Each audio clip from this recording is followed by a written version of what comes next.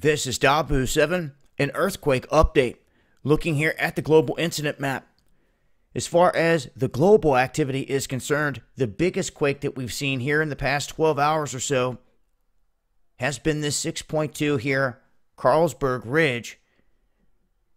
You can see here, this is situated off the coast of Somalia.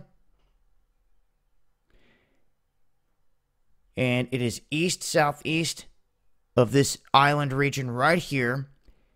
We do not have any tsunami alerts on this as of right now, and no reports of immediate damage, but that is the biggest quake that we've seen as of late. Now, some normal activity around the Ring of Fire in this part of Russia and the areas around Japan, we're used to seeing mid-level quake activity.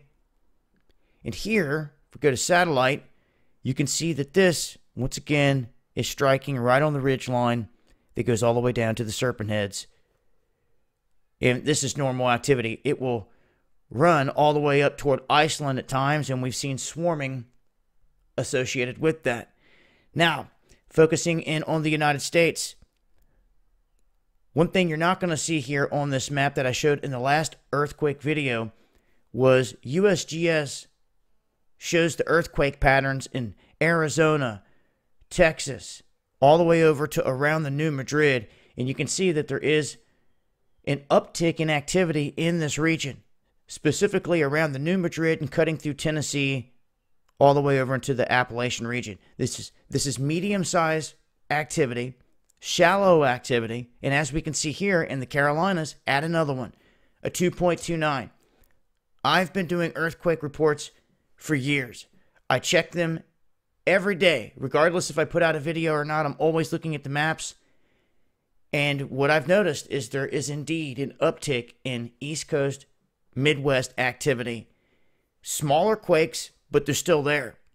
We've seen them off of the coast of New York, Maine, Jersey, and all through these states at times. So when I start to see quakes hitting over here, lots of times it's associated with East Coast activity when this ridge line is affected.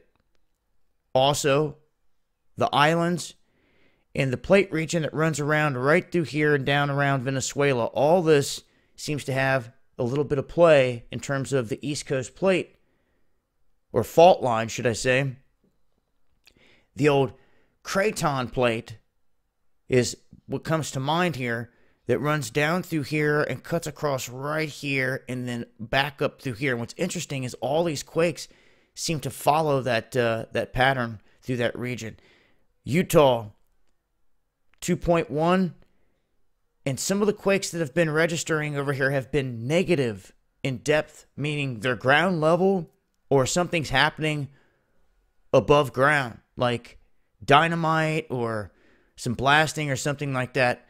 USGS will list that.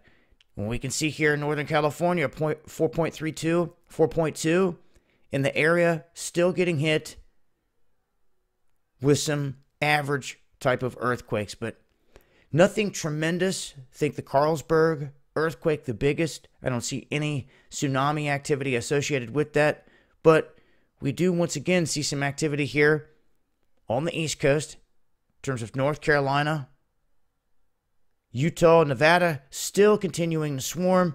There were a lot of quakes hitting there yesterday. Just because they're not showing them on the map here doesn't mean it's been silent there by no means.